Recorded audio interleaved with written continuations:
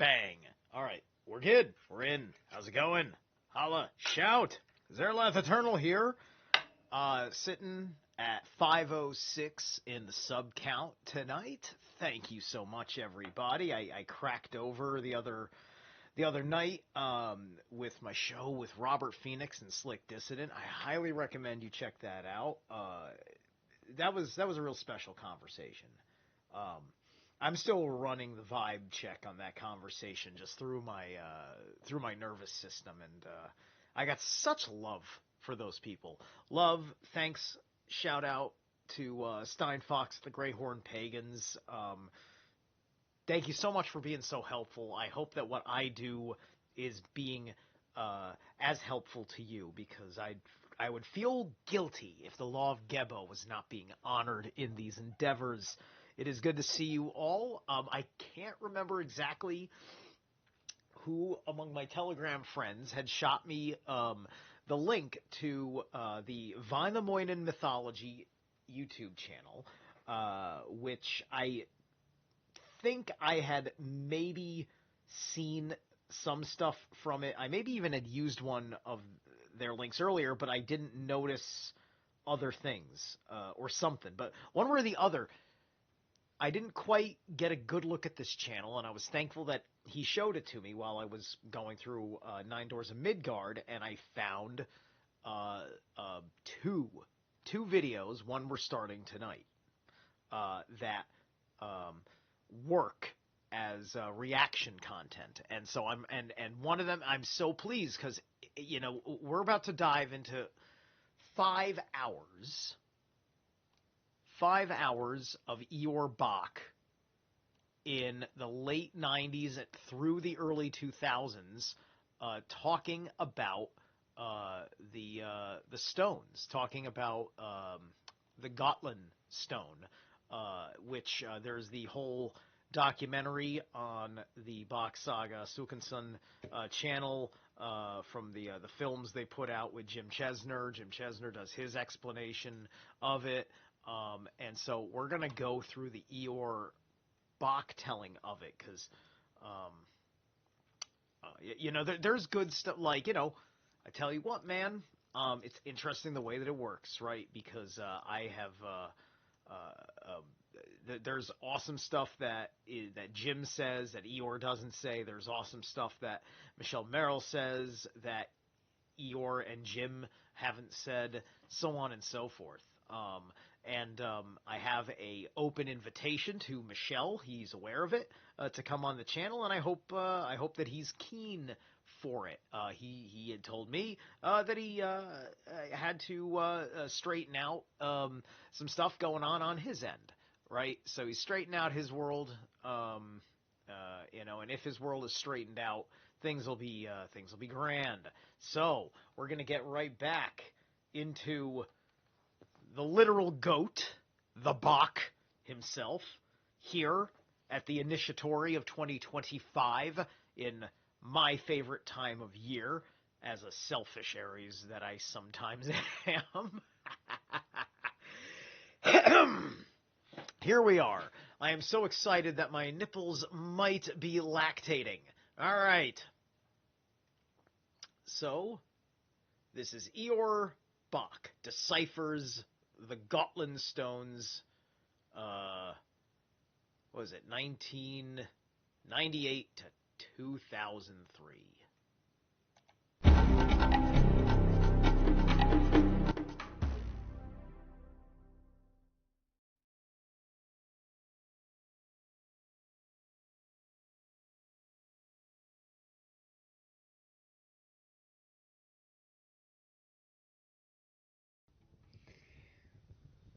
In our Ars mythology, we divide in period, so we talk about the paradise time, the ice time, and after ice time. After ice time, we have a lot of pictures who show us how it was after ice time.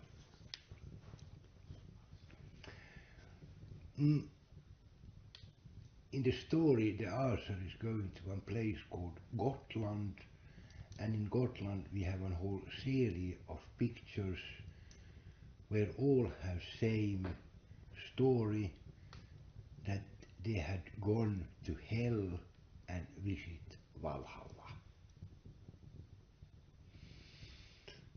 And before, when we died, we went to Valhalla, in that way that Valhalla was a hole in the North Pole, exact in the middle point.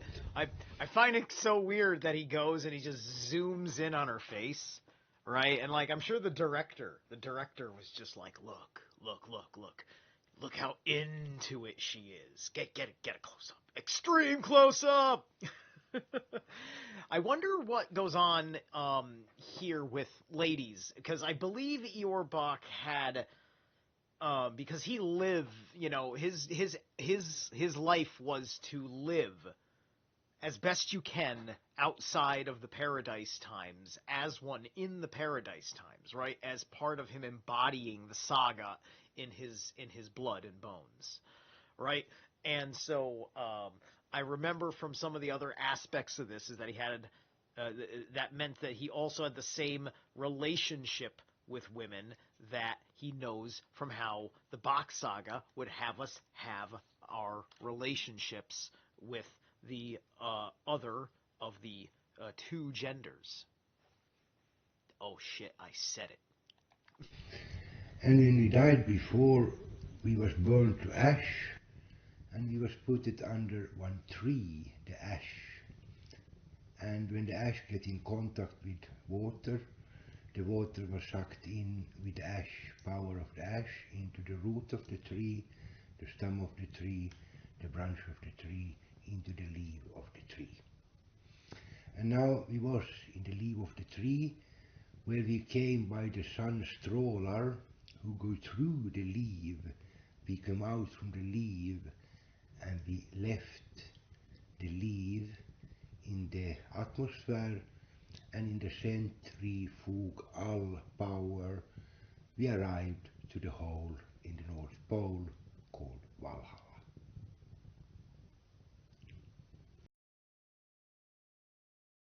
So he's talking about the centrifugal power, right? This is just a reminder. It's explained in a couple places you may have caught in the Bock saga. Is like he's taught this centrifugal power is the force that shapes the well of souls. Is basically the way I'm going to describe it, right? This is basically the well of souls idea. So the well of souls we see depicted in different manners in often in horrifying context. They like to horrify this context, which is the when you have the sky open up and then you're watching like this rapture type of situation with all the souls going up or coming down and descending from, right? And this was an aspect of there was the cult in Logan's Run, the eugenics cult in Logan's Run had this going on. You had fizzy lifting drinks in Willy Wonka.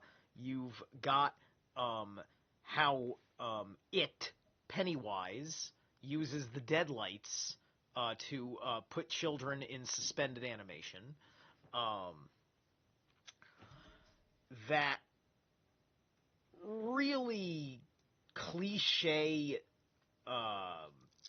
movie that they put out with Ryan Reynolds and the other guy, where they're dead. They're like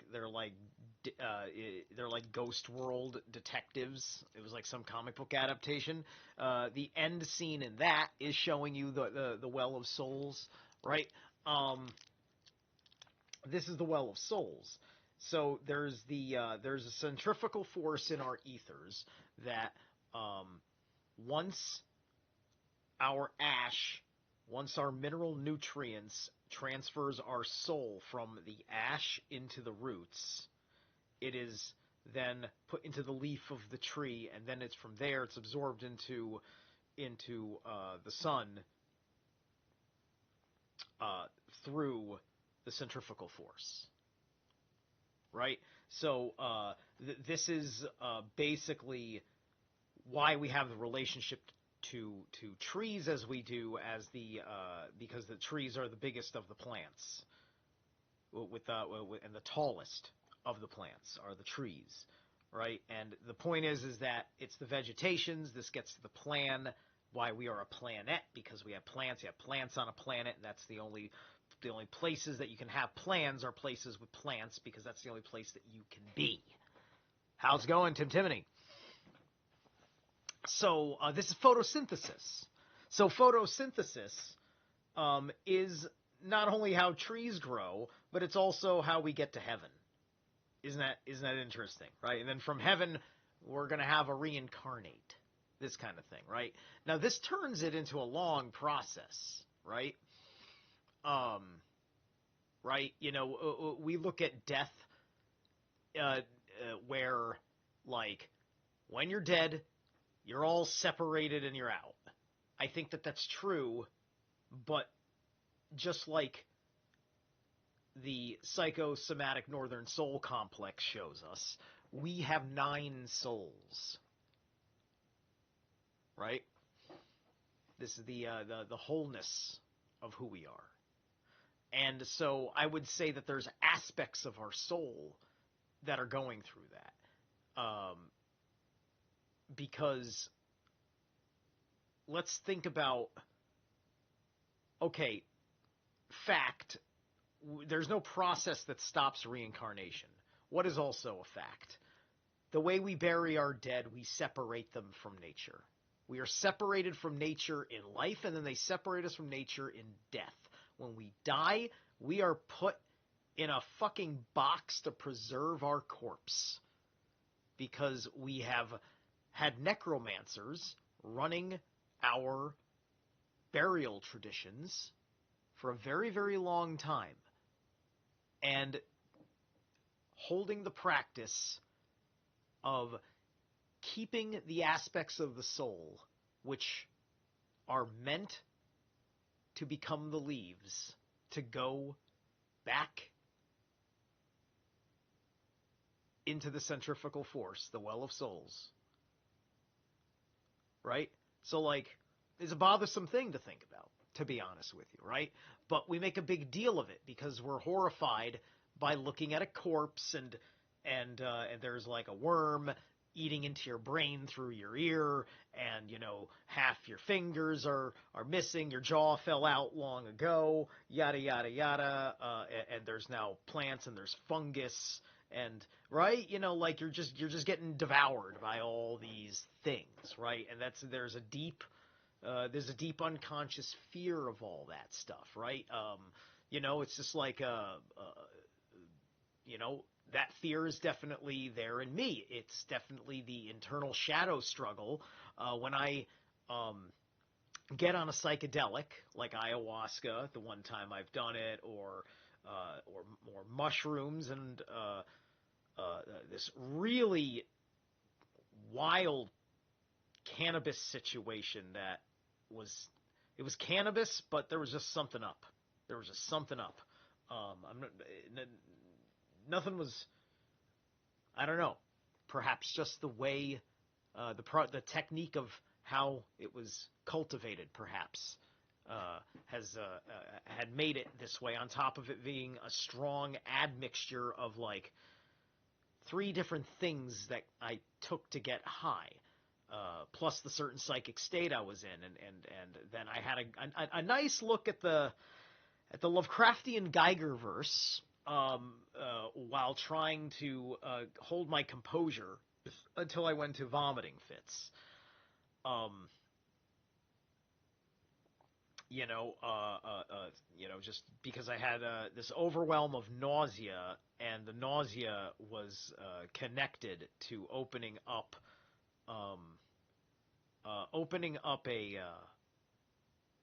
it was really, like, not even opening. It was revealing a window for me to take a look. This was a window peek. This was me taking a peek into possibly the Ahrimanic 8th sphere, right? 8th density,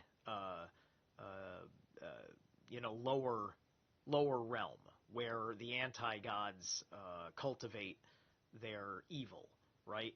And there's an association, deep association, of course, with the trans movement to all this, which I'm not going to denigrate good people that I know who were perhaps the ones that grew the stuff. But anyway,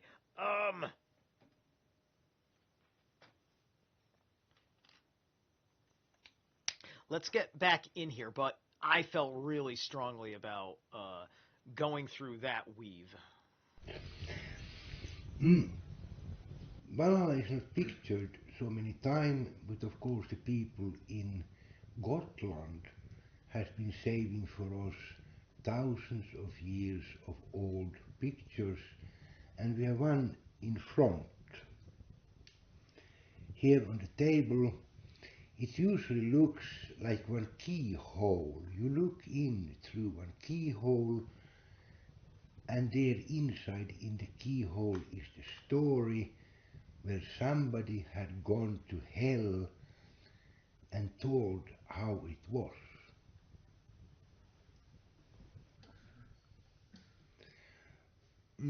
This is a little bit broken, and only the board around we can follow.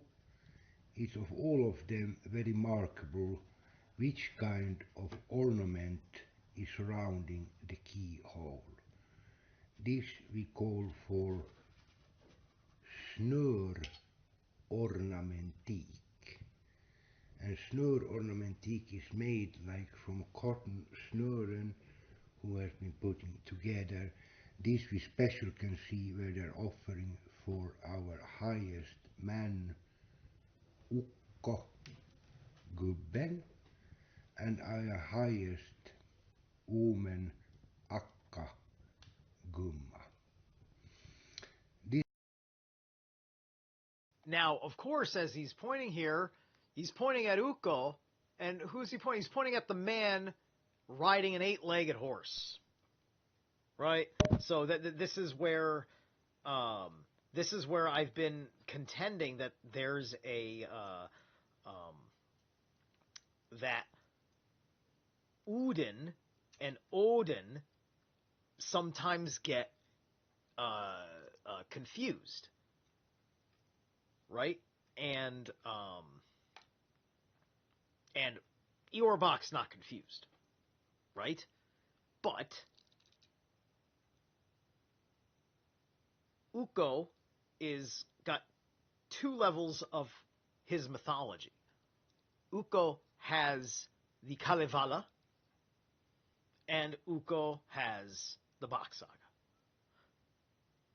So, we can run in this manner. And by the way, I have now, I am now actually realized, right? In the Nordic Mythology podcast, I got really lit up and excited about their last release. They got a guy who's up in, I think, Norway, and he was studying Norse mythology, and he was studying astrology.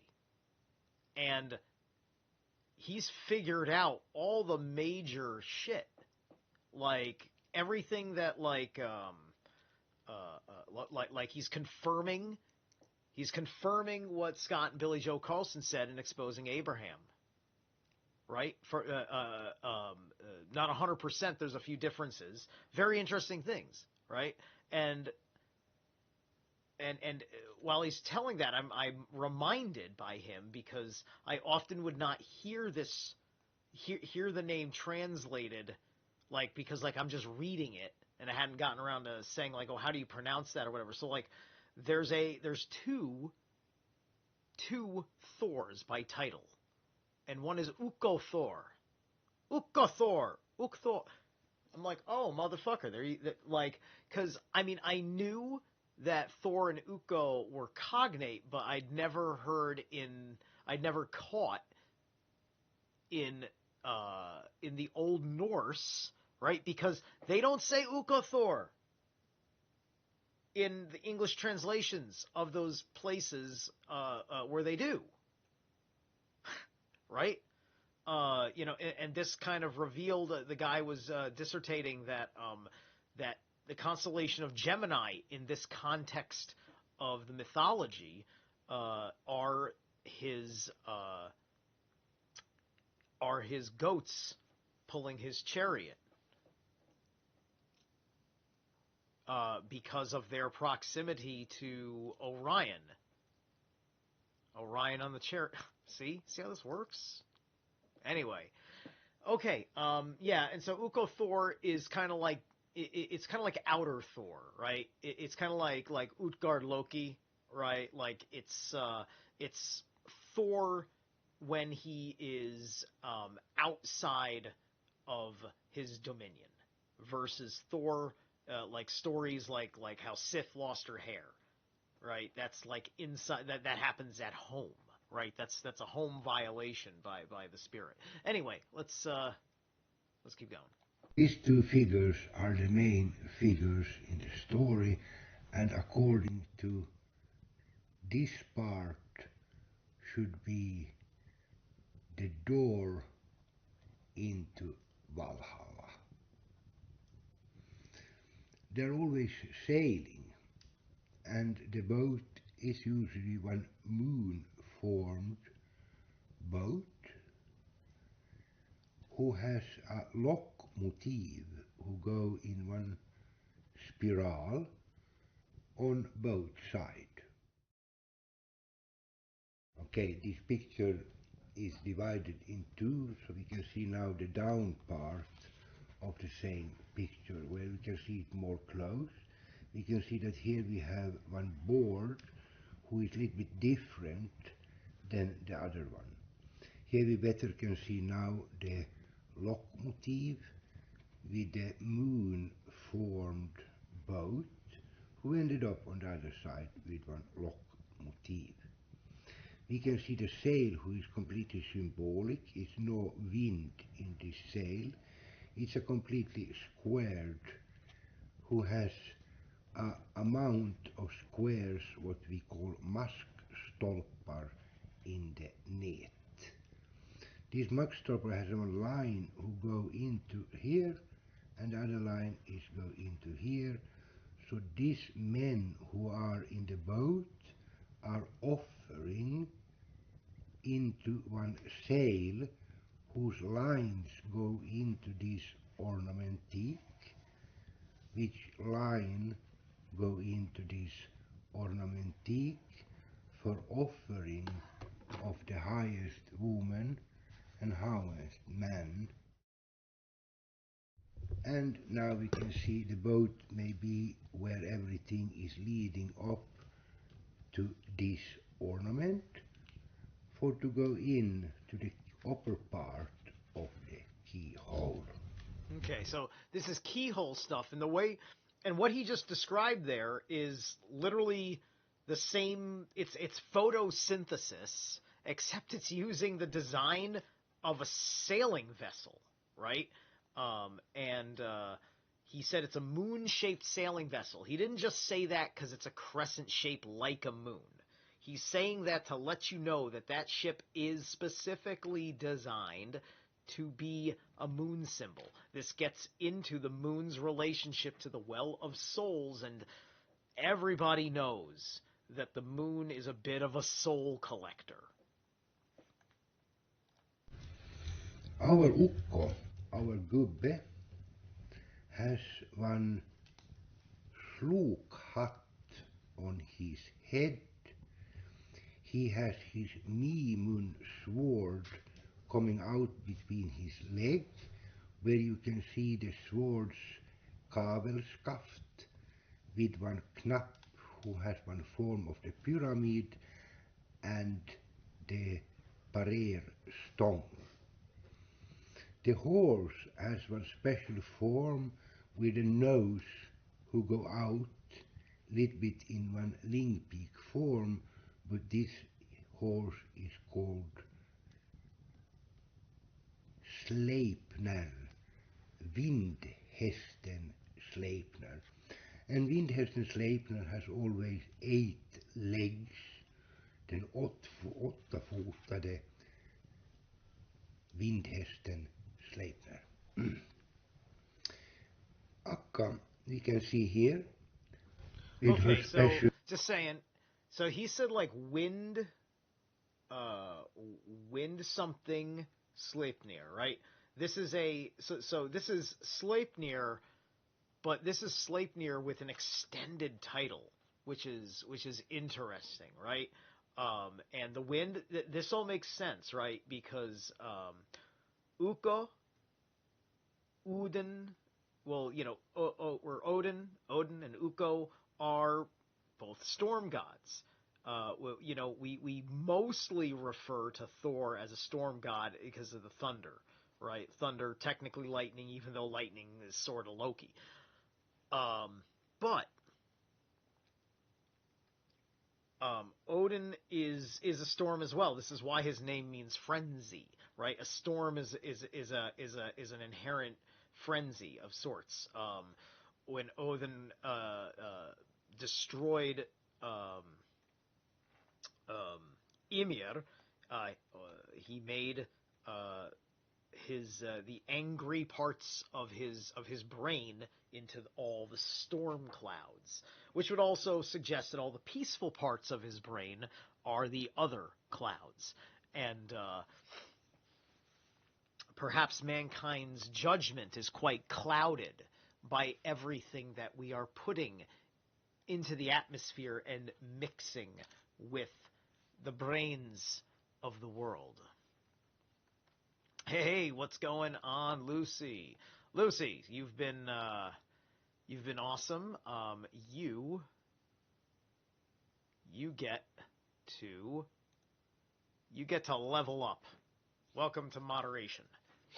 All right.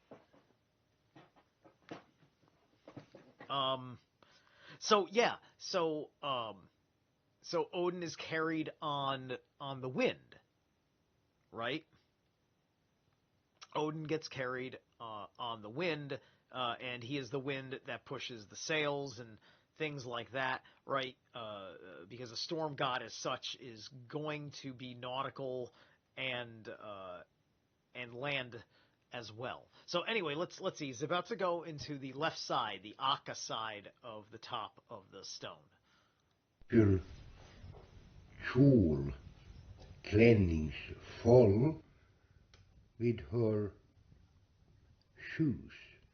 Gummans klänningsfåll with her shoes, and her shawl she has over her shoulder, and she's crowned by the laxorm who is going round her hair over to her shoulder.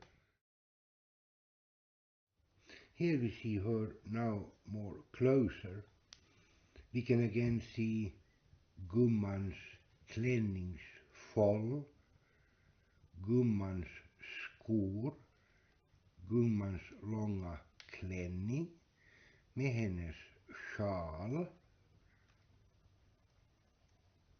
Hon kröns av laxormen som har ett fågelhuvud med öga och näbb som kröner hennes huvud, som slingrar sig genom hennes hår ut över hennes axel. Laxormen som kröner gumman kan vi se här. Here we have another picture from Akka, gumman. Here we have her again with gummans klänningsfåll, gummans skor, gummans sjal och hon är krönt av ett fågelhuvud. Ögat har vi här och näbben här. She has her long, what we call kjol, her shawl, and she is crowned by laxormen, who one side has one head of one bird, and the bird eye we can see here, and the neb of the bird we can see there. She is crowned by laxormen who slingrar sig into her hair, and the hair is falling down on her shoulder. Her shawl can also be one lancet-formed helmet. Her shawl can also be one lancet-formed helmet. Uh-huh. Yeah. Okay, very simple. If you're not picking up what he's putting down, that's a penis. That is a spearhead penis. That is a breeder penis. So her body is made up of a dick. Anyway. The round hole we have here is called delfinhål. Delfinhål with 4 pearls, 4 pärlor, 4 helmiä. We call it helmi in van, we call it pärlor in rot or as, and in English we call them pearls. Down from these pearls we have one delfinstav. Delfinstav. So we have the kjolfold, we have skor, the shoes, we have the lancet-formed helmet, as she has as a shawl. We have the we have the laxorm who is crowning her head, who go over her shoulder with the ring called delfin ring with 4 pearls and one delfin staff. Our akka has her ukko, and we compare this akka with our highest ukko. We look picture the next one. This is ballgubben, ballgubben pär. Pää means in one language head, and he is pär with an R sound in the end. And he is the head, he is pär. Okay, so real quick before the finish up, because that little figure that he showed, I mean that's also exactly what figures of frère look like. It doesn't show the full thing, which he's got the big breeding penis and all that. So yeah, we'll see how things go. But I just wanted to let you know that I've seen that's looked like frère. It isn't too far off from some depictions of Thor either. Ballgubben pär, we can also call him ukko, and he's akka, or akka and his ukko. Ballgumman Ella is also one name of Gumman. We can call her Ballgumman Ella, the picture from before, and this we call Ballgubben pär. Why he called Ball? Because his ball he has between his legs. There we have one ball, and there we have the other ball. So ball is there. This is his ball. He is the gubbe by himself, so he become one ballgubbe. From the ball we can see his lance, his ball lance with lancet-formed helmet. Here we see his lancet-formed helmet with the kavelskaft, and the kavelskaft is forming the helmet of lancet. He has also the lancet helmet here with a knop. He has julögon in his mask, and he has one nose and one mouth with gemytligt leende, and he has one long white bock skägg. But he has not been forgetting his Balgumanella, because symbolic you can see her in this part with one eye of one bird with one nose, called Neb. So here we have laxormen with laxormens öga och laxormens näbb. In this line, you can see something called snabel. Okay, real quick, before he goes on to the back over here. So yeah, just to be clear, he's describing that's the name of a bird, right? I don't have a reference point for the meaning of the name of the bird. So I didn't catch, like, there's a lot of reference points I'm not catching, right? So that's just for you and me to learn in real time. But just letting you know that he's telling that I believe he's making the correspondence between the other Akka, the Gummo Akka, and then this one, right? And that this is where where her bird head is there. This is where the bird is depicted on this one, kind of thing. I think, right? Here we go.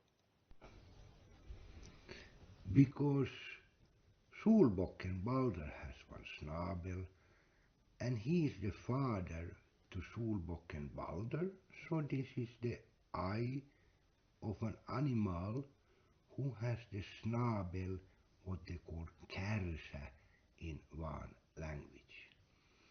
So this is the man on the top of the hill, the man we called Ballgubben Bär, or we can also call him for Ukko, Pekka. Thank you. And here we have the third picture from Ballgubben Bär. Bär, he has one lancet-formed huvud skull, who make him to be particular the helmet form. From his eye is come out Midgårdsormens tunga, the tongue of Midgårdsormen, and he is offering to himself from himself. He is licking his third eye. Here we have his lancet-formed helmet. Okay, did you just catch that? Because he just gave us an Eastern mysticism explanation of what you're looking at, right? So he told you a very Odin thing where he's, offering himself to himself, and then he's talking about how he's having a leaking from his third eye, right? And the leaking from the third eye is that we all know that's a double entendre. For the pineal gland has its DMT secretions from that. It can also be affectatious to the cerebral spinal fluid, if you will, which courses the kundalini. But then also we're talking about semen ejaculation as well, because the tip of the penis is kind of a third eye situation too. And the helmet's heart, shield, hjärtsköld, sydänkilpi. We had a neck nipple, and we had the other neck nipple. We had a nipple båge, and you can see the sarg kant of the helmet. And it has color, it has one himmelsblå udd, it has one mellanblå dom, it has one azurblå kupol, and it's one indeed. Sorry about that. If you're hearing that echo effect, I got to close the other track, but I wanted to say something again before I forget it. I'm going to say that this is a little bit in the uncanny valley for an alien gray, with the helmet design shaping the face a bit, as it were. and what seems like the fairly large eyes behind the helmet, right? So it's not exactly right, but it's close enough where a guy like me can't ignore it from the UFO side of my research. Ego blue helmet. Here's the eye of Odin, and in this eye, if you look deep inside, you can see many eyes of many birds. One bird is the Ella's eye, one is the swan's eye, and one is the Maya's eye, the moon queen Mai. You can all see them inside, and inside there it's three delphine.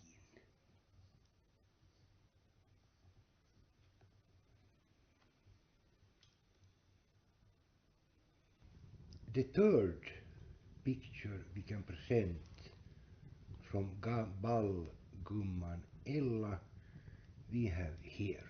Here we have Balgumman Ellas eye, Balgumman Ellas öga, or Balgumman Ellas silmä.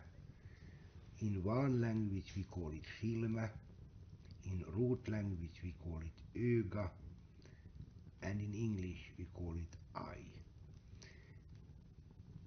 Ella has also one nose, and we can also see her mouth, and we can follow her form of her head. Her hair is floating like down in strings into one ring, one delfin ring. And from the delfin ring the hair is falling back on her shoulder down into her sköte. We can see her kjol fall, her klännings fall. We can see her style from top to her shoes, as we usually say, down to close to her toes. But she has also one delfinstav who starts from here, and this delfinstav goes straight down into her sköte here, and it makes 4 different slag. 1, 2, 3, 4. Akka gummans delfinstav go through the ring into her sköte, and it make 4 slag. 1, 2, 3, and 4. Delfinstav.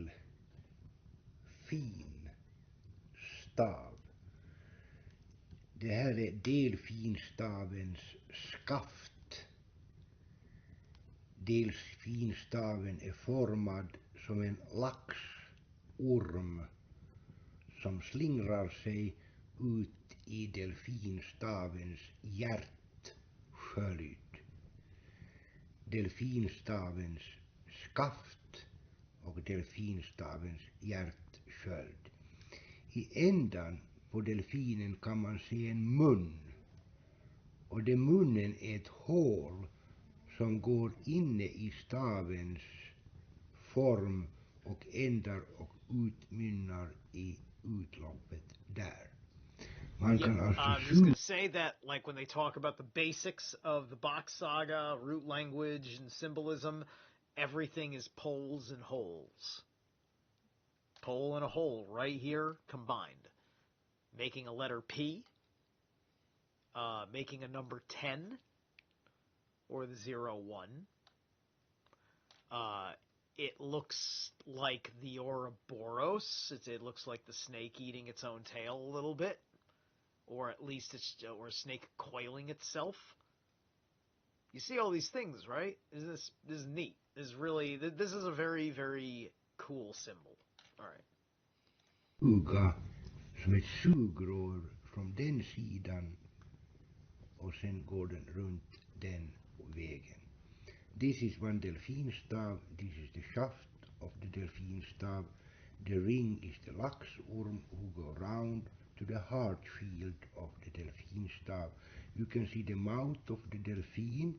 It's one hole who goes through the whole delfinstav up to the end to the shaft, where is the other hole we can drink from the top. Ball-Maja is Ballgummans daughter. Ball-Maja is Ballgumman Ella's daughter, and we have her as next figure in the story. Here we can see Maja's eye, we can see her nose and her mouth, and here we can see her neck. Her head is crowned by one laxorm who go 4 times, 1, 2, 3, 4 around and ended up in the end of her hooved skull. The line from her is going down to this top hat of one lady with one lady face who lick in here from her sköte. We have 6 small points here, and these are the tärnor, the tar, the kotar of the kuningatar Maja. Maja is represented here together with her mother, and Maja has also one delfinstav whose opening is here. You can see one rör, we call it, that it came out one flash to that head there with the snakes, the laxorm of Maja, and the other one it go over from here into the hair of Ballgumman Ella. This delphin stav is divided in 3, 1, 2 and 3, and it go down in her sköte this way, and the delphin stav's heart shell shield should in that case be there. Maja's delfinstav is divided in 3. The rör, you can see it come out one string into the hair of Maja and one string into the hair of Ella.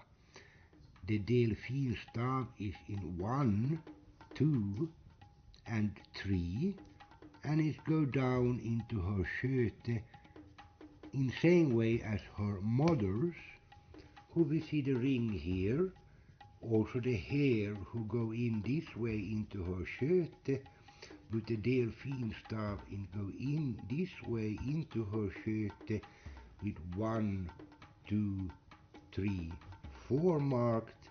We have the daughter whose delfinstav is divided in 1, 2 and 3 and go into her sköte that way. This hand is the hand of Ella, who is taking care about to push in and out the delfinstav, and we call it dra, dra, sill. The whole procedure is the Yggdrasil symbol, who spit it up into the hair symbol of laxormen, who is covering the moon queen's head. The moon queen is called kuningatar, and she has 6 kotar, and the 6 kotar is going in this way to have one own ring, one own delfin ring. So the kotar, the tärnors sav, is going this way in to the picture, to in following way rinna in in the ring of Maja's delfin ring, where her hand finger is going into mother's sköte. Is two ladies, one mother and one daughter, who is masturbating each other with two delfinstav, where the mom is making Yggdrasil with the daughter's delfinstav, and the daughter is making the Yggdrasil with the mom's delfinstav. Okay, so yeah, so I'm picking up on all this stuff, right? And then he flips the script on me. Okay, so this mother and daughter are also being depicted stimulating each other as this kind of bonding over Yggdrasil. I'm just like, whoa. Okay, so that's today's society. That would be like hang the bitch, right?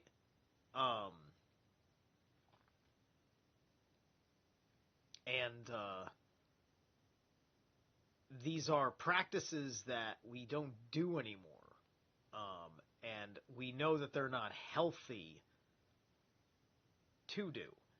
And the Bock Saga, of course, explains these things, right? It's the sun. Well, not really the sun, Odin, right? Odin, because Odin is the ring, right? And the sun is the sun, though. But the sun is like on the ring or something like that. I can't exactly remember. I would like to be slightly more precise. So, but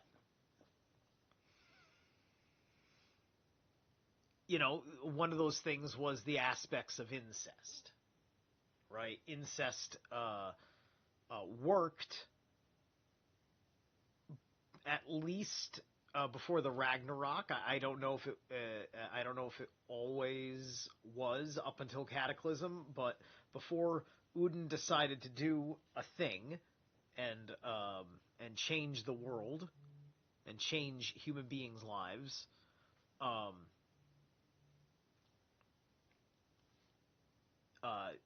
our genetic structure in this world would work a different way with ancestral relationships.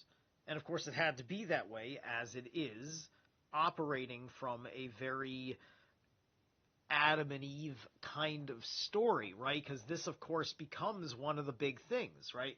You grow up in school and all this and that, and you learn about genetic deformity through incest. The Habsburgs, royal families practicing incest, prove this as a distorted and perverted manner of retaining your royal soul power, right? Because it's the soul power aspect for the Jarls. It needs to be preserved. And you're not supposed to preserve it in that manner. You're practicing exclusivity, right? So there's very good social reasons why this changed. Not just how our psyches were changing about our relationships with people and our desire to, keep it out of the family. You can keep it in the tribe, but out of the family is kind of the world we're living in now. Imagine if the fucking space aliens show up and then Odin does a thing. And now all of a sudden, it's incestuous to sleep with a human being, and now you gotta go sleep with an alien. I'm just gonna have to put on my James T. Kirk hat and have a little bit of fun with green women.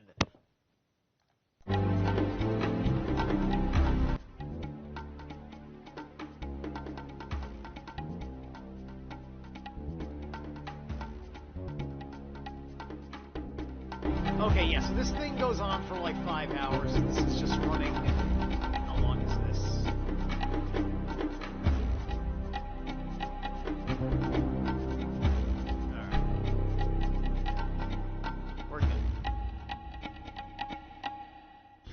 They are like thousands of years of old fairy tale.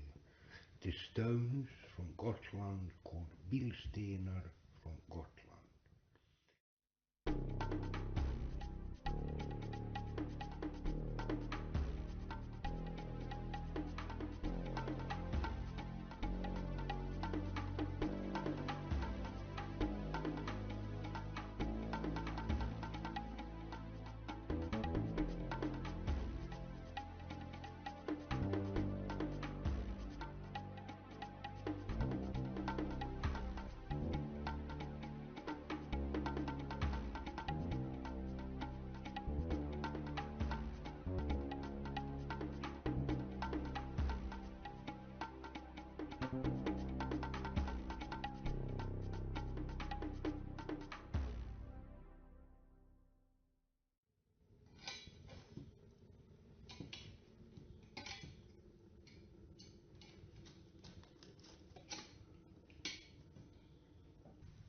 Here we have the Moon Queen, Maya, the Kuningatar. We have her here. She's standing with her delfin staff. The keyhole again is showing us into one world where she is together with her brother Stenbocken Balder.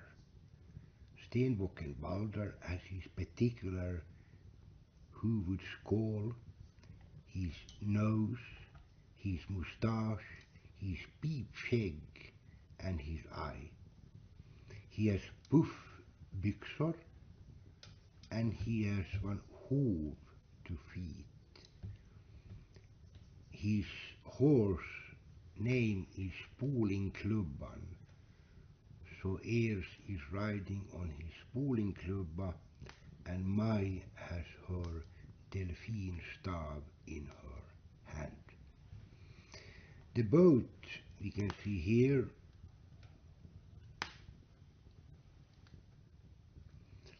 has 10 laut shields on the side and 7 balbock with their nose eyes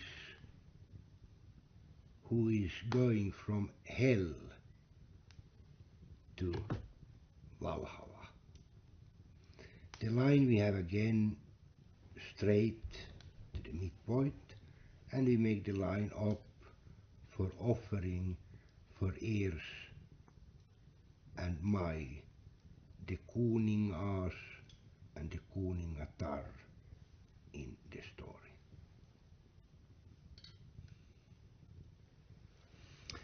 This is Stenbocken Balder's helmet. The helmet has one spool form, what is different than the lancet form what the father have. It's divided in the color himmelsblå, mellanblå, azurblå, indigoblå. Here we can see the Midgårdsorm who has one ring as an eye who come out like one club, like kuperad knapp, and the tongue of Midgårdsormen is licking the huvudskål of Stenbocken Balder. Here we can see Stenbocken Balder with his particular huvudskål, his eyebrow, his ögonbryn, his eyes, and special his moustache, who go on from both sides, and we can see his mouth. All the strings go into his mouth, and we can see his pipskägg, his peep bear. This we call the treudd, who from 3 sides is going in to the symbol. This is the helmet of Stenbocken Balder.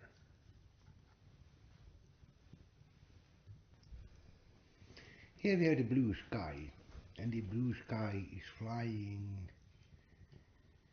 Stenbocken Balder, the flying ball där.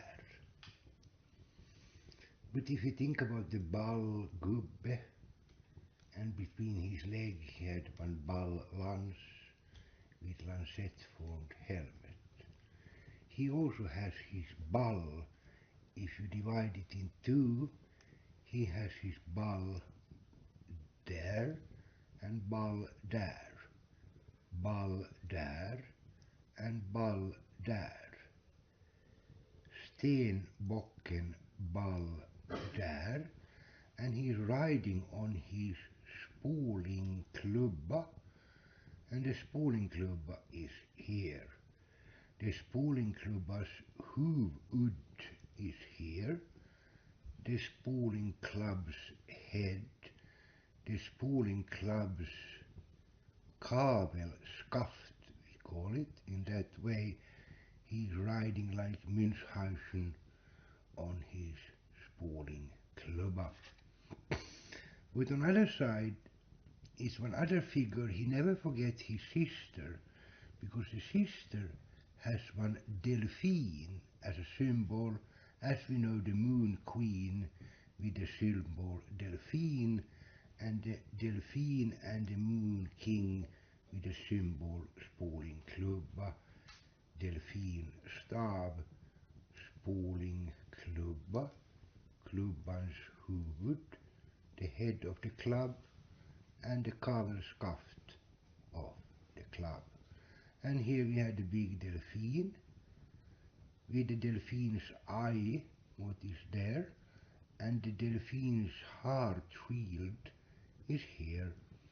Delfinens form, delfinens öga, delfinens hjärtsköld. Thors hammare, the hammer of Thor with a ring, and the ring is feeding because delphine is eating from Thor's hammare, so this way it go in the flying Balder.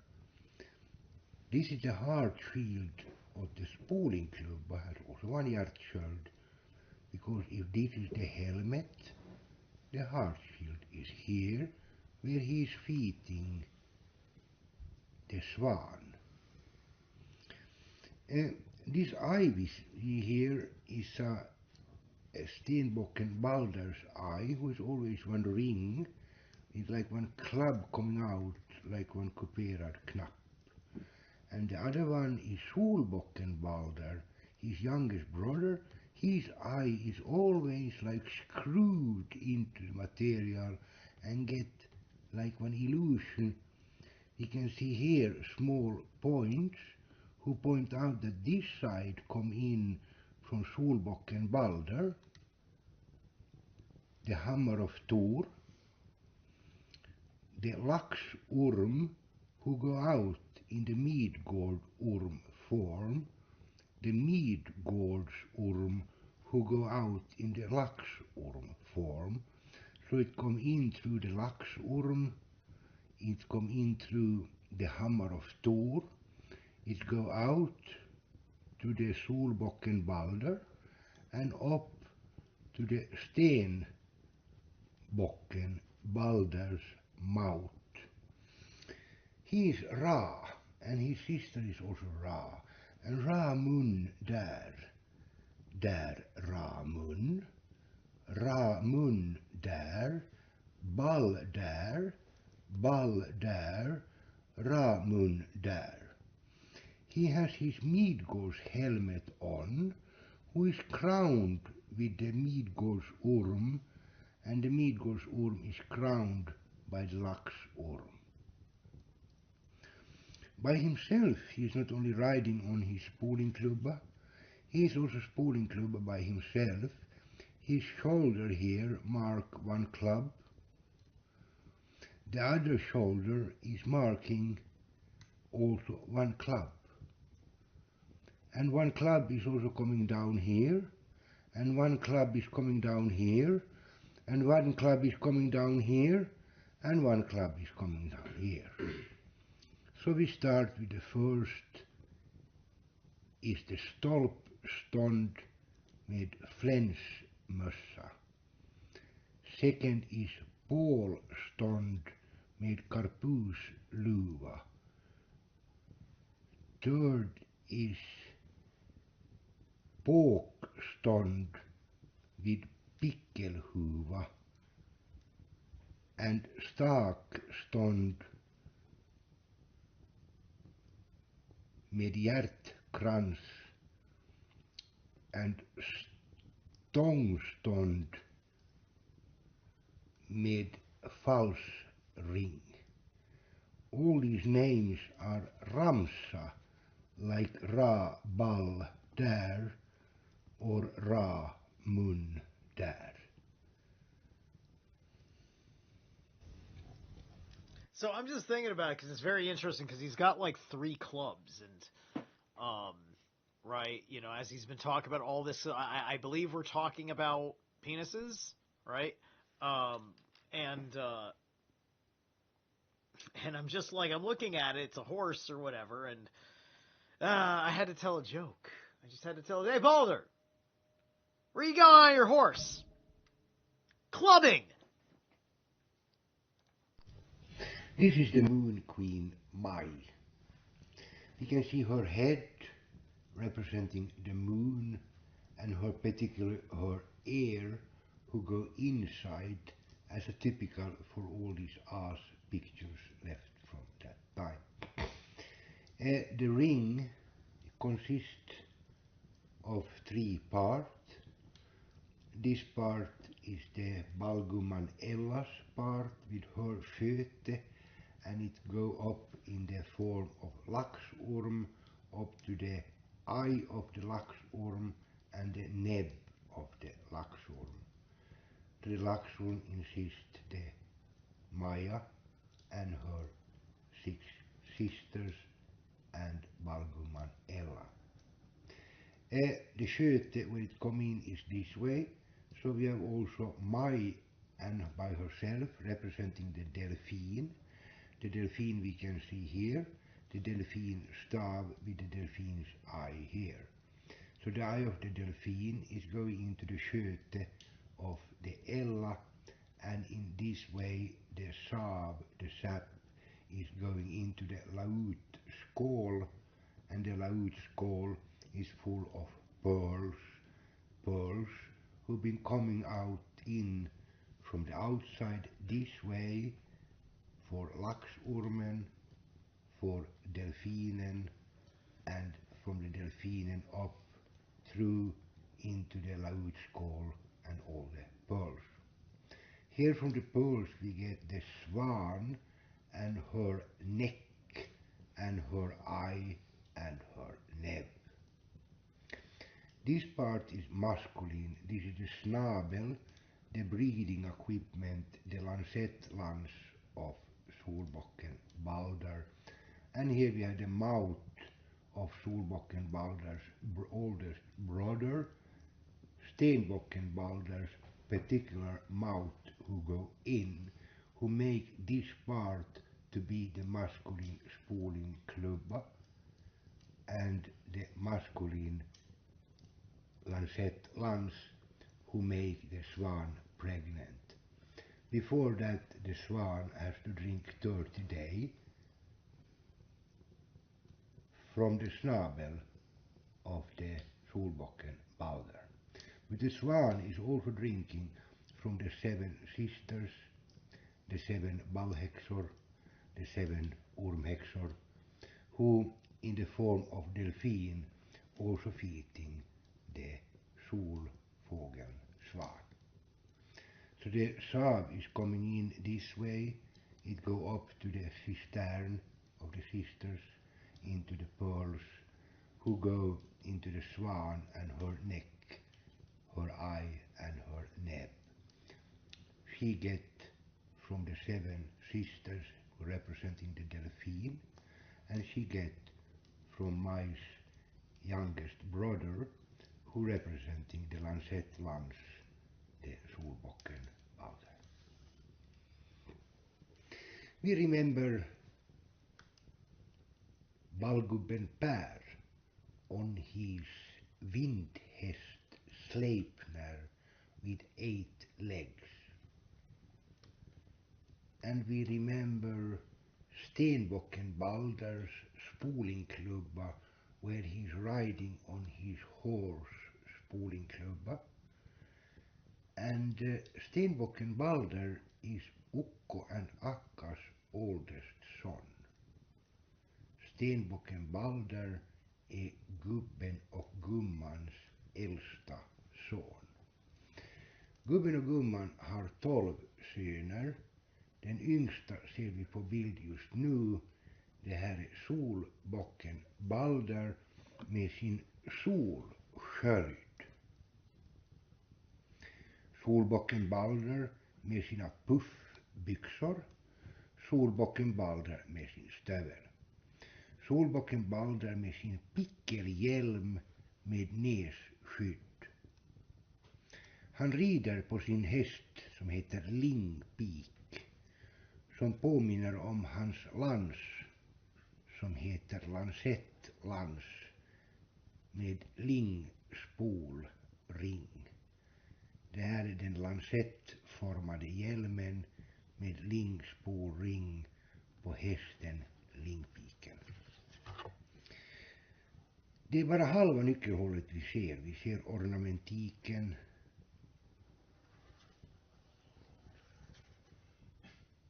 Alltså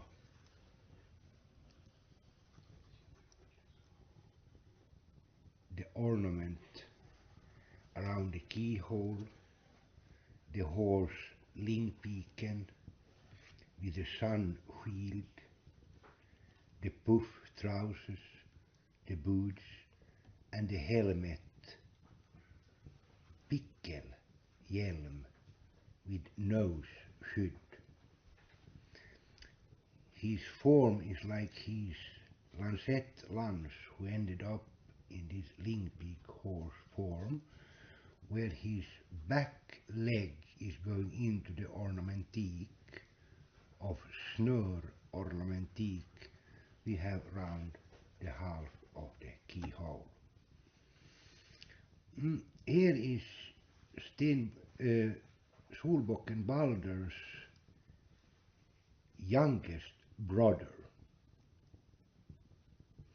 He has one lingspol ring horn in his hand, and he is representing his 10 brothers who are ballbockar, and this ballbockar always has coon-formed helmet with troll mask.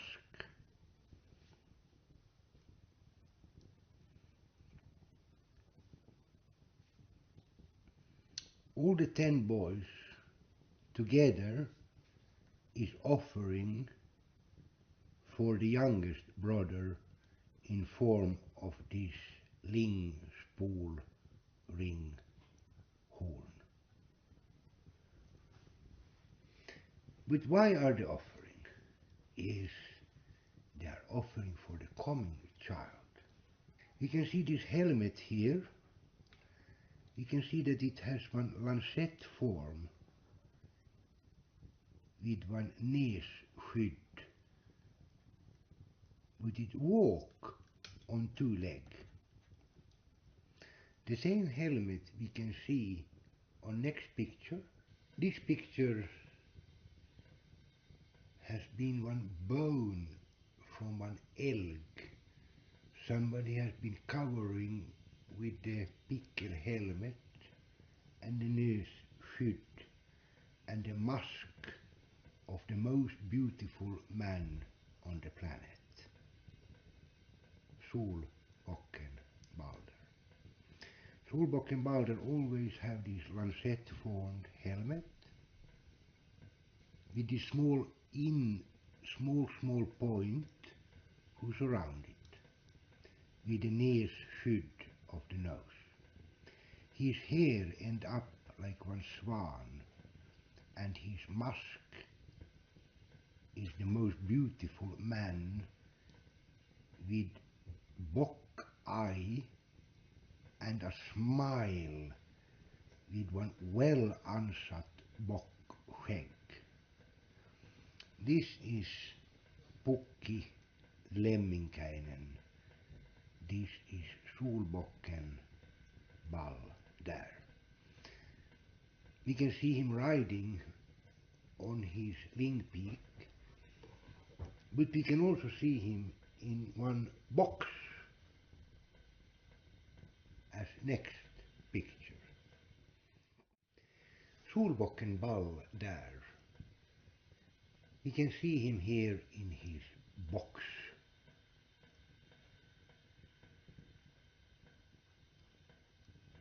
Now this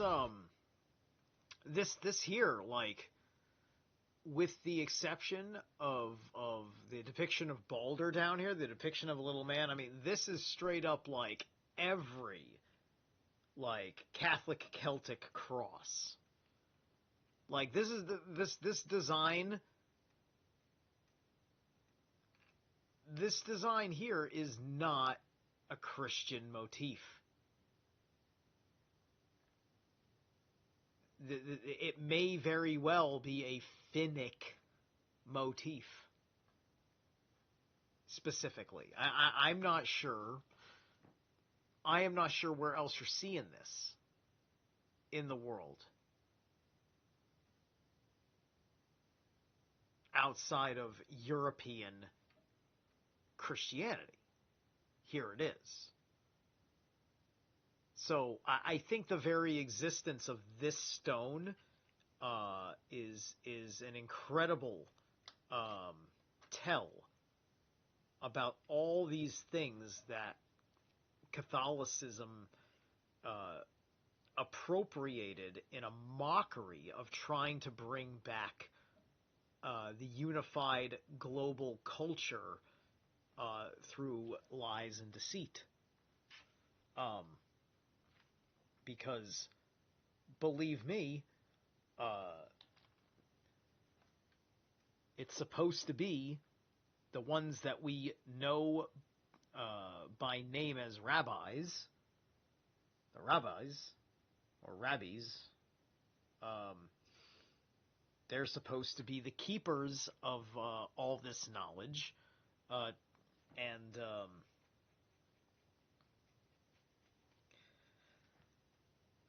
the rabbis that we know of are of no sort of thing,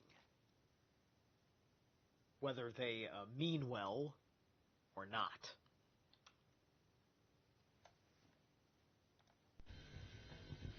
With his lancet-formed pickel helmet, his particular round eyes, his nose, and his small mouth. This is the Lingspool ring, the symbol of him. The Lingspool ring is also there because here we have his lance et lance with Lingspool ring and Ling peak. This part we call Ling peak, the same like his horse, and this is the Lingspool ring in the top of his lancet lance, his children making equipment. But he has also one lök dolk, and the lök has two blad and one shelk. If you put the shelk in half, it becomes one renna called rev renna. And if you on both sides of rev renna put two blad, it becomes one dolk with two-egged dolk with rev renna and kabelskaft with knapp i pyramidform. This dolk we can see here. This is the dolk the children making equipment for Solbocken Balder. Here he has one hillebard, what means one stick or pole with one axe who go through, and up in the top is the part who continue, one hillebard of Solbockenbalder, one sipuli tikari in one lökdolk in rot, and one onion dolk, probably in English. His Lingspool ring, but his Lingspool ring is also here. This they've been turning upside down in one way, that here he's showing his puff trousers and his backside. He's like pissing there with his long elephant, no, long horse brick, the children equipment for him. We have the cross where we can see the typical snör ornamentik, and it go into one Lingspool ring, and the inside is coming 1, 2, 3, 4, 5, and it's turned in this way. You can follow, but when it has been turning around all these things, it come through here. From there the sperm come in, and from there the sperm go out. When this sun god Pukki Lemminkäinen is making his swan pregnant.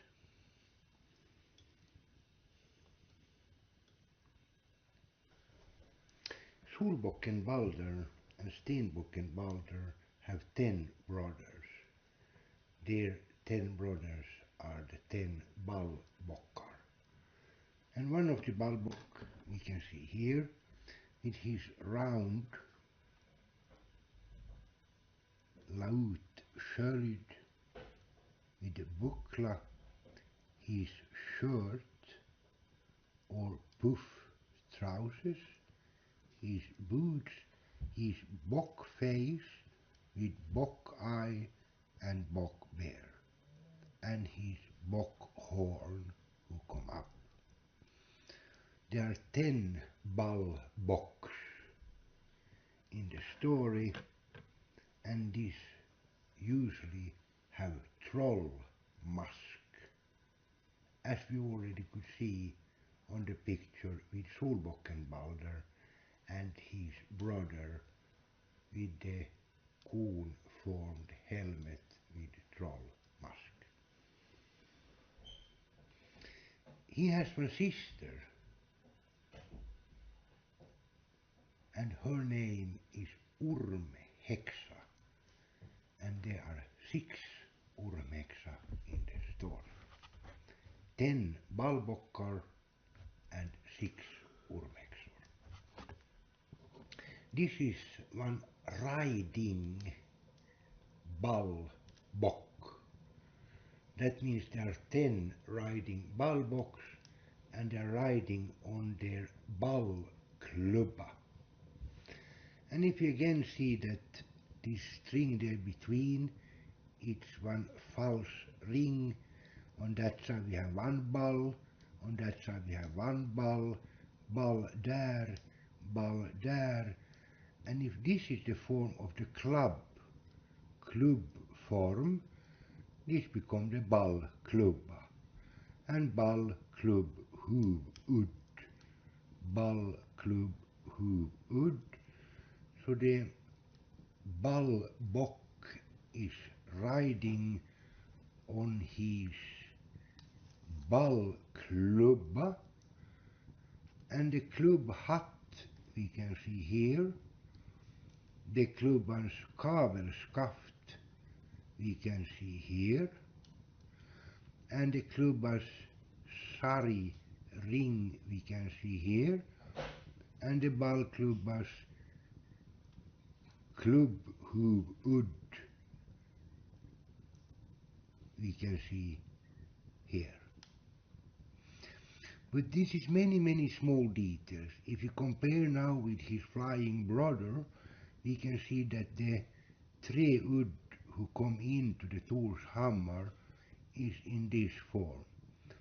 So now this part should be the hammer of Thor, who go into from the Laxorm into the Midgårdsorm in the same way. Laxorm belong to the 6 hexor, the 6 orm hexor, and the Midgårdsorm belong to the 10 ball bockar who is riding, and it go in this way into the ball klubba whose head is here. But we can also see him as ball klubbans lingspool ring, ball klubbans lingspool ring, and ballklubbans lingspolring horn, ballklubbans lingspolring horn. So in that way it come in through the lingspolring horn and has one ballklubbas spoling ring. The spoling ring consists of one ballklubba with pickelhuva, ballklubba with karpusluva, ballklubba med flänsmössa. So the same flänsmössa as we have here, as we already see, and the other one is the karpusluva, who we can see here, and the third one is the pickelhuva, what we see here. So again flänsmössa, flänsmössa, karpusluva, pickelhuva. This old ramsa where we can see the different state in the figure of one ballklubba and one ballbock riding on his ballklubba in same way as his brother on his spolingklubba. The 10 brothers between Stenbocken Balder and Solbocken Balder, the 10 ballbockar. Here we can see one of the brothers with his cone-formed helmet. His mask, the troll mask with a troll nose, his moustache, his ears who go inside, and there we can see his tongue. He is sitting on one stolp chair, and these 3 stolps in the backside are a little bit different. Yeah, he looks like a gnome. He looks like a gnome, like with a slightly shorter hat. And I'm going to give another shout out to Stein Fox in the Greyhorn Pagans podcast. He and Firefay, his wife, they made a first episode of a new series on cryptids, and they were talking about the gnomes, using their Dutch name, the Kungelbecker or something like that. I can't remember the name off the top of my head. But at any rate, it's just an appearance observation, obviously, and it's you know, it's interesting that Balder here in this mythologies in Finland has a mustache, is a necessary part of his features, which would get into what is the symbolism, the ancient symbolism of being mustached like that. Because I tell you what about mustaches, the mustache that everybody's talking about is Count Orlok's mustache, Nosferatu. and he is a nobleman, a Slavic nobleman, effectively, right? And there is a direct correlation because of the importance of Dacia. Dacia is one of the first post ice time settlements for the three Arctic races. We can see this as a hammer of Thor, the hammer of Thor, same as we can see when he's riding with the hammer of Thor's power. This can be one ball and this can be the other ball, because this is one ballklubba with the ballklubba's kabelskaft and the ballklubba's head. What is also his indigo blue helmet with a heart. Okay, I'm making another little observation. I can't help, he's doing this, right? Like he's got like a beard or something, and it's like long hairs going down like this. That's a Vesica Pisces. This is him spreading open a vagina. That's what that because this looks exactly like oh my gosh, it's the little Irish pagan goddess type that she does that weird squash, a real weird looking creature, and she's like pulling open her vagina. Get it, right? So this is kind of going on. This is supposed to be male deity, right? Could this be getting into some of those aspects of the various hermaphroditic deities, right? Because all of this weird sexual stuff is in the mix of what physiology humans were like and doing in corresponding behavior to that physiology in the paradise time. Field,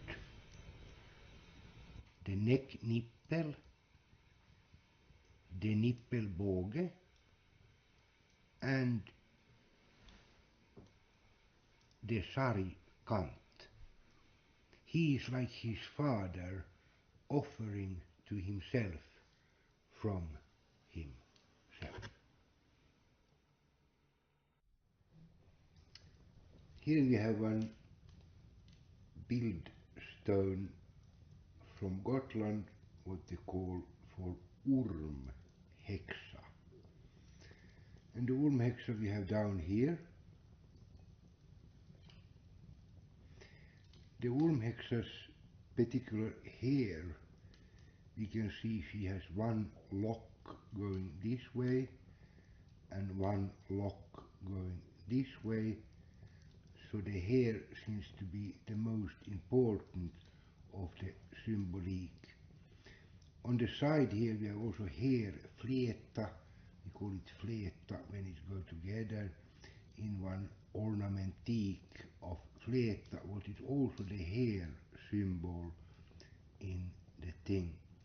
This is a completely female thing, we can see the female eyes going around in one circle, and down we have the Hexa. Here's two Laxhorn. So I'm taking a look right here. I wanted to point out is that if you should be able to see my cursor. No, not that, but when I'm looking at this, and this interlocking here, like this looks like this is close to a triskull. It's very close to the Triskelion, right?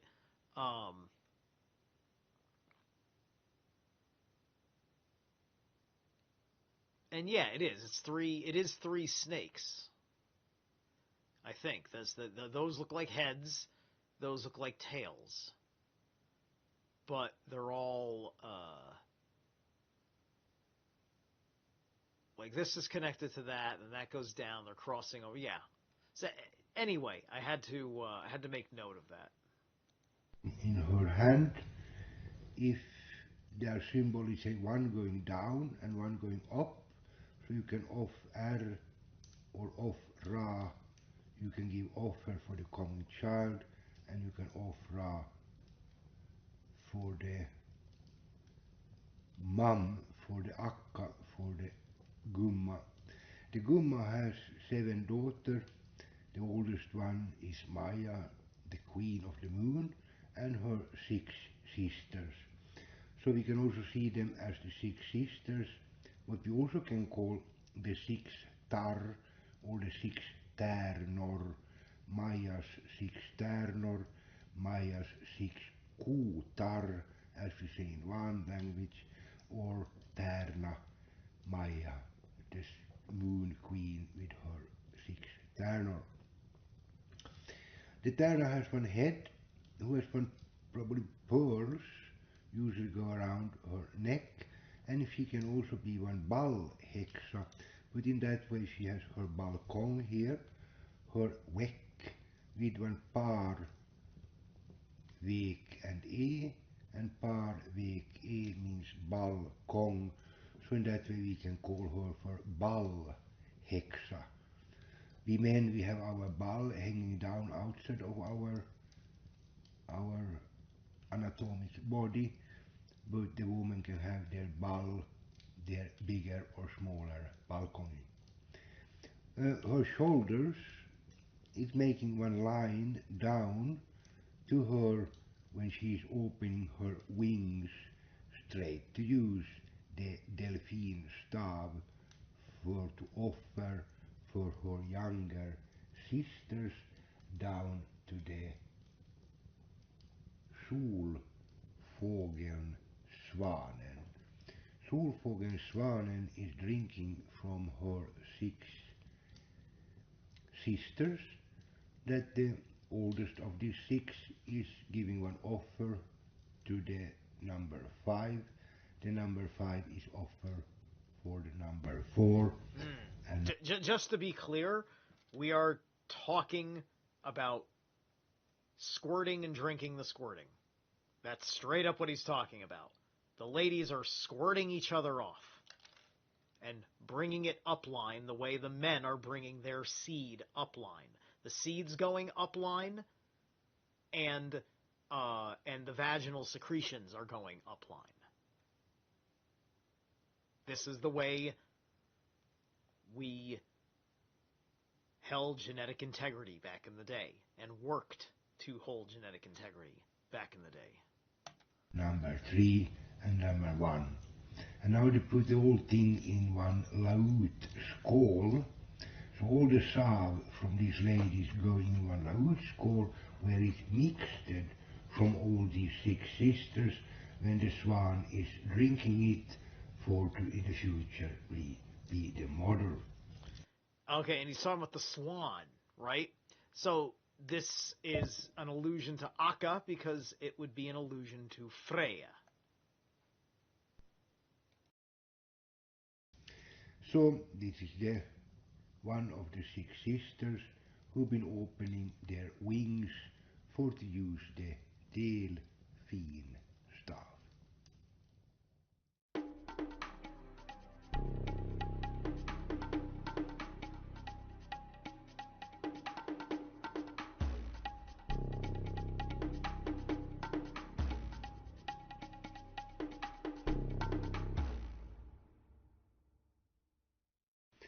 Gubbe gumma, ers maj, 10 troll, 6 häxor, solbocken Balder och en solfågel Svan som blir befruktad av solbocken Balder. Ukko Akka and their oldest son Seppo Ilmarinen and their oldest daughter Maja Ilmatar. their 6 noita and their 10 peikko. So ukko is peikko ukko and akka is noita akka. The youngest had always to offer to the youngest. Down you give offer and up you offra. You could always offer up to ukko or akka, and you could always give offer down to Solbacken Balder, Pukki Lemminkäinen, or Solfågeln Svanen, the sun bird swan, who gets 7 daughters and 12 sons from the sperma, from the sperm. The sperm could be offered up to the coming child, and the mahla, the sav, could be offered up to the coming child. And this both represented in something called Midgårdsorm and Laxorm. The Laxorm is the female side and the Midgård is the masculine. Here you can see the Midgårdsorm. You can see the ring around the neck. You can see the ögonbryn, the eyebrow. You can see the mandelform of eyes. And you can see his moustache. And you can see that the mouth is open and everything go in through his mouth for the coming child. And the Midgårdsorm is crowned by the Laxorm, who always ended up in Ballgumman Ella's little bird with her eye and her neck. Her tongues, same who representing on her brother, is representing offering in the dragon, the Laxorm, the lohikärme, to the Kyrö, linnan herra, and Kyrön, linnan rouva. Kyrö, slottsherre, Kyrö, slottsfru. Kyrö slottsfru has 6 sisters who is offering to the mini-ä in Van, to the daughter-in-law in English, and to the svärdotter in Rot, her sav for the coming child. So in system how it goes, that the small Jon girl, she is offering to the Torp girl her sav. The Torp girl is offering to the husfru her sav.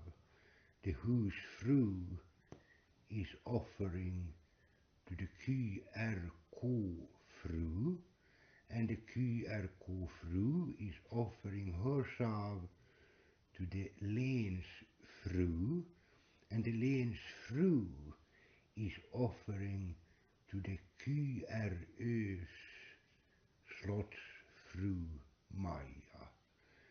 Maja, the moon queen, has 6 sisters, and it go down to the youngest, who is giving the sav to the daughter-in-law in the family for the coming child in sav o lax.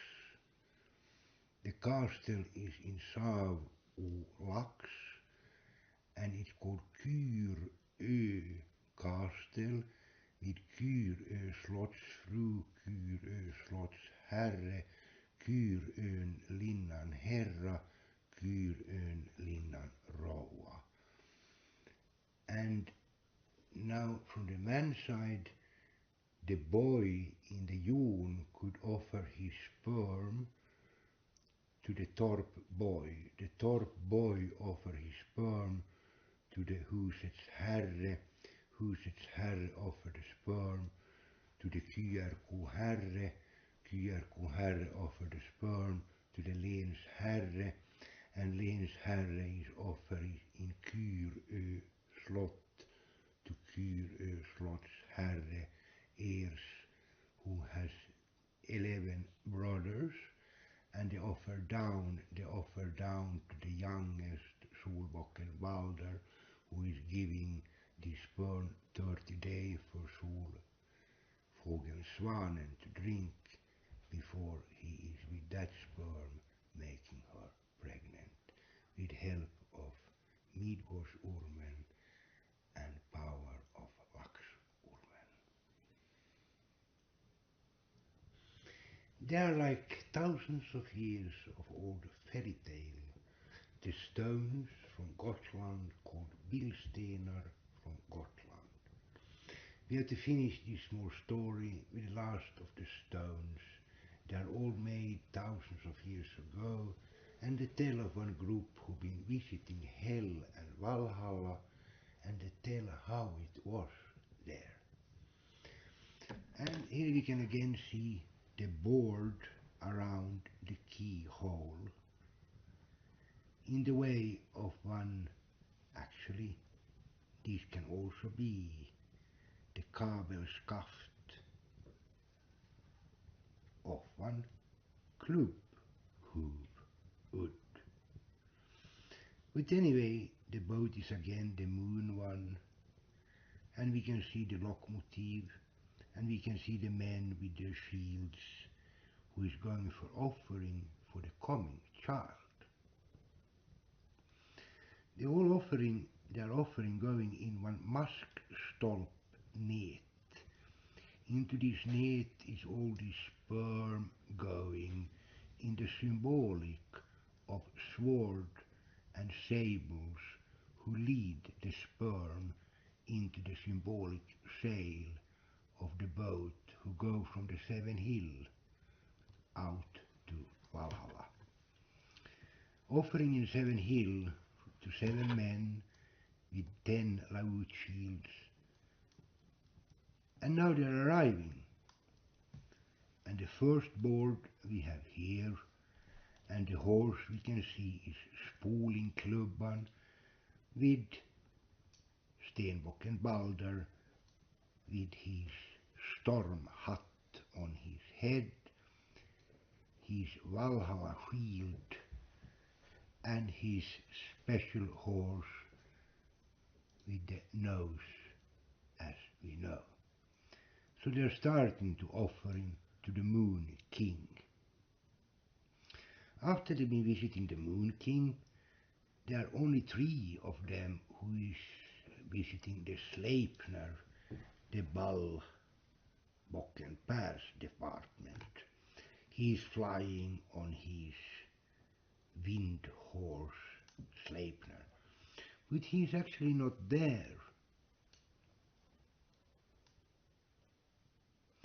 The next offering for the coming child is the next board, where the now is coming in front of the Lingpiken, and Lingpiken is the horse of Solbocken Balder, the breeder of the Solfågeln Svan, who with a sperm get 7 daughters and 12 boys.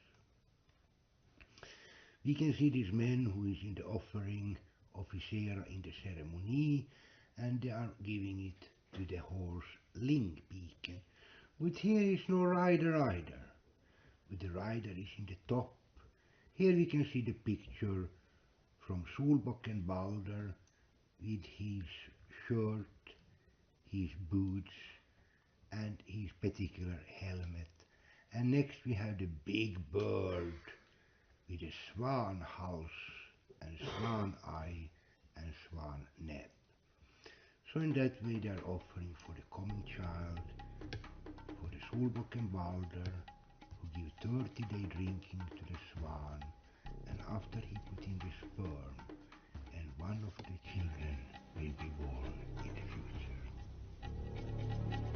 You see, also though, this over here Like, I don't know if maybe I kind of missed it. That looks like the raven, right? Everybody knows like the Norse raven motif, with the wings in the direction that they go and all that manner. Um, so you got the swan and perhaps the raven there, if that's what I am seeing, right?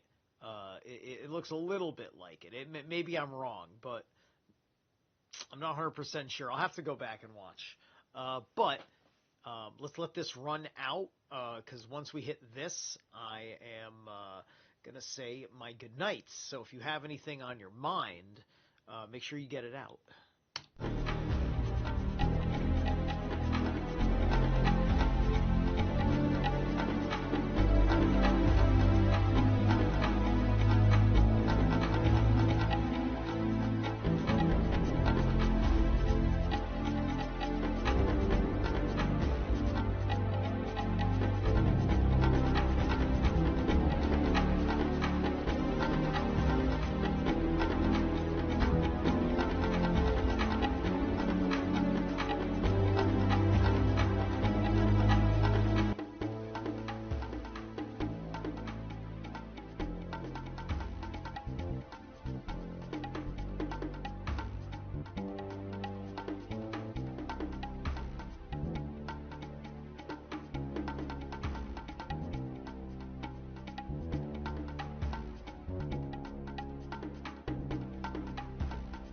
Alright, just letting these credits roll here. Then after that, thanks so much, guys, for tuning in. I'm really excited to continue forward with this. We've gone through an hour and 15 minutes of this 5-hour compilation. I guess I'm assuming that the whole series is uniform. Right, and that this guy put together all of that, and you're going to see this little break throughout the whole thing. That's my imagination of what's going to be going on here. Yeah, looks like it. Yeah, so this is very cool. Very cool that this exists. So this is the Vainamoinen Mythology channel is where I'm getting this out of. And there's a after this video, then I'm going to do another series or it might just even be 1 or 2 episodes on there's one on here from Michelle Merrill as well that can be checked out. Bird on the right could be Valkyrie. Yes, Tim, that's a good observation. The smartest almost human the smartest almost human-like in intelligence. Yeah, the Raven, that's right. It laughs and screams like a human even. And the duality of death. Yes. Right, laughs and screams like a human. Well, like, they're one of the few birds outside of, like, the parrot family that can imitate the human voice.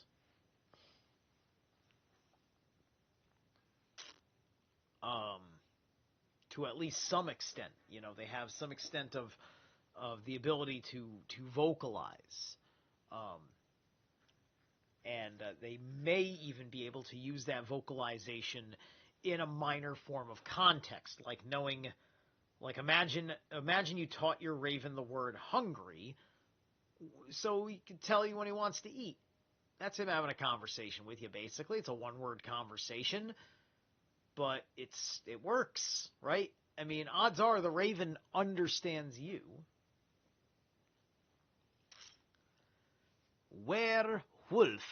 Oh, Werewolf was going to be straight with me about something, but then he straight out removed it. Boo. And I can't even see it. Would you like to restate that? I was very interested in reading your thoughts, Mr. Werewolf. Bock Saga is all about the human voice, isn't it? Well, yeah, it absolutely is. And remember, the Bock Saga claims to be everything, right? You know, like the Book of Genesis, it claims to be a story that all human beings can roll with. right? Or at least the first 6 chapters. You know, that's where you start getting into the Gary Wayne territory of the Genesis 6 conspiracy. If you guys don't know Gary Wayne, I would check out Gary Wayne's work.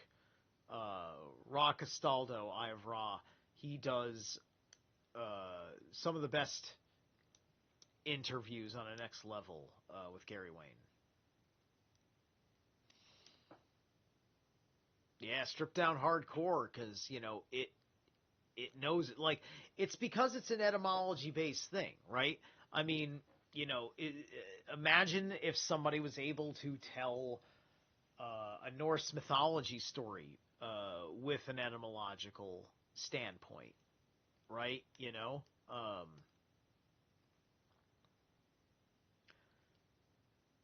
and with the Bock saga, its claims don't have an outside origin, right? It's like in that story, it all starts there, and it explains, it tells you how it starts there, right? As opposed to somebody who's just looking at their mythology, like, you know, like for instance,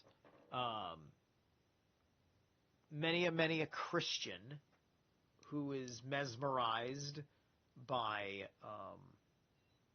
the Jewish identity, they believe that the root language is Hebrew, effectively. Right? And they're never going to put their minds in the place to hear all the connections. You know, a lot of things had to become known amongst those of us doing all this kind of ancient research, esoteric archaeology and anthropology and things like that, to get to the point where you figure out that there's too much good information in here, right? And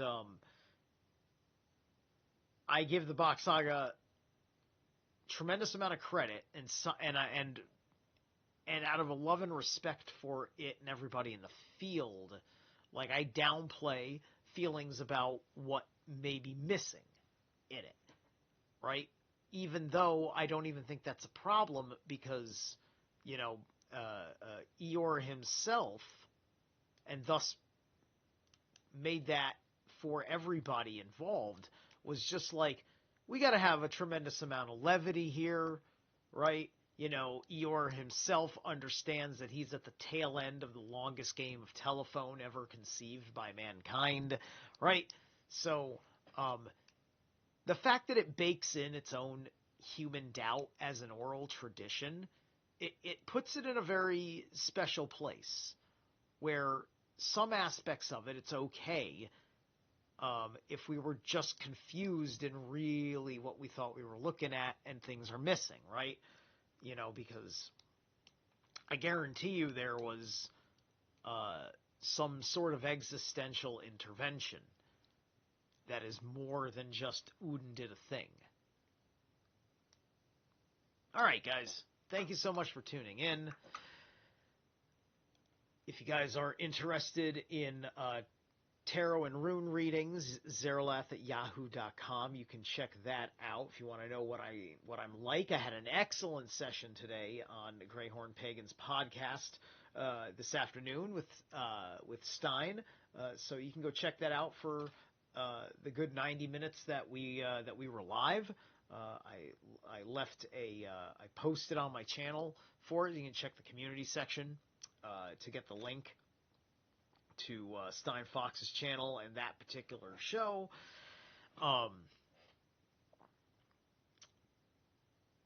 Monday night, 7 p.m., I'm going to have Mario Garza on of Symbolic Studies to talk about the northern sky a little bit, to talk about polar symbolism and all these things. And I'm going to be extraordinarily excited about that. Yes, all the ancients do. Okay. Good night, everybody.